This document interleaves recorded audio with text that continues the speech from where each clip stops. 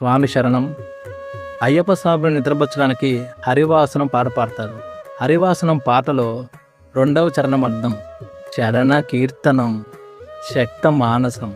స్వామి, నేనెంత గొప్పవాడినైనా నీ ముందు నేనంత, నేను నీ శరణార్థనని చెప్పి స్వామివారి పాదాలు నమస్కారం చేసి శరణఘోష పాడితే స్వామివారు మనసు ఎంతో సంతోషిస్తుంది. భరణ లోడుపం, భక్తులందరి కోరికలు స్వామి వింటాడు.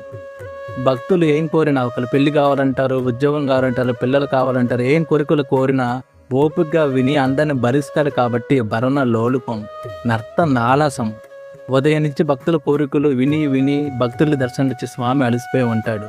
అరుణ బాసురం, ఉదయాన్నే వచ్చే సూర్యుడు ఎంత కాంతివంతంగా, ఎంత ఎర్రగా ప్రకాశవంతంగా ఉంటాడో స్వామి అంతకంటే ఎక్కువ ప్రకాశవంతంగా నిండు తేజస్తో ఉంటాడు.